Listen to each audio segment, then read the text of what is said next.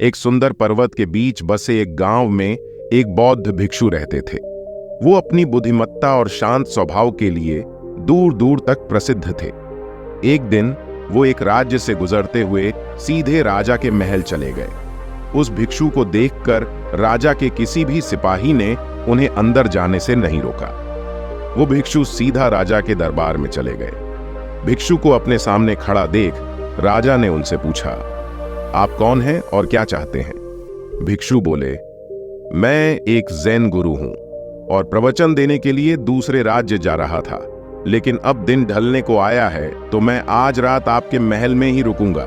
रात बिताने के लिए बस में थोड़ी जगह चाहता हूं। भिक्षु की बात सुनकर राजा बोला, ये एक राजा का महल है, कोई विश्राम स्थल नहीं जो आप यहां रात में रुकना चाहते हैं। आप बाहर जाइए, वहां रहने की आपको कोई ना कोई जगह मिल जाएगी। भिक्षु ने राजा से फिर प्रश्न किया, महाराज, क्या मैं जान सकता हूं कि आपसे पहले ये महल किसका था? राजा बोला, मेरे पिता का था, क्योंकि मुझसे पहले वही राजा थे। भिक्षु ने फिर प्रश्न किया, अच्छा, तो अब आपके पिताजी कहाँ हैं?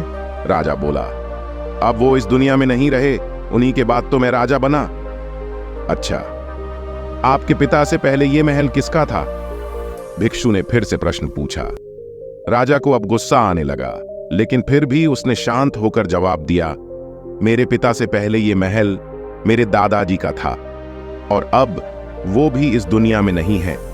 अब भिक्षु बोले, ये जगह जो न कल तुम्हारी थी और ना ही तुम्हारे जाने के बाद ये किसी और की होगी। इस संसार में लोग कुछ ही समय रह पाते हैं और फिर चले जाते हैं। जहां हम अपना समय बिताते हैं वही हमारा विश्राम स्थल है। ना तुम इसे अपने साथ लेकर जा पाओगे, ना ही कोई और। बताओ, ये महल एक विश्राम स्थल नहीं है तो और क्या है? राजा उनकी बात समझ गया और हाथ जोड़कर माफी मांगने लगा। उसने भिक्षु को रुकने को जगह दे दी। दोस्तों, ये बात तो हम सभी जानते हैं कि इस संसार से हम कुछ भी लेकर नहीं जा सकते। खाली हाथ आए थे और खाली हाथ ही जाना है। जिंदगी में धन, लोभ, लालच के पीछे ना भागें। भागना है तो खुशियों के पीछे भागें। जिंदगी का मजा बहुत पैसों में या फिर बड़ी गाड़ी में नहीं है। जिंदगी का मजा है खुश रहने में।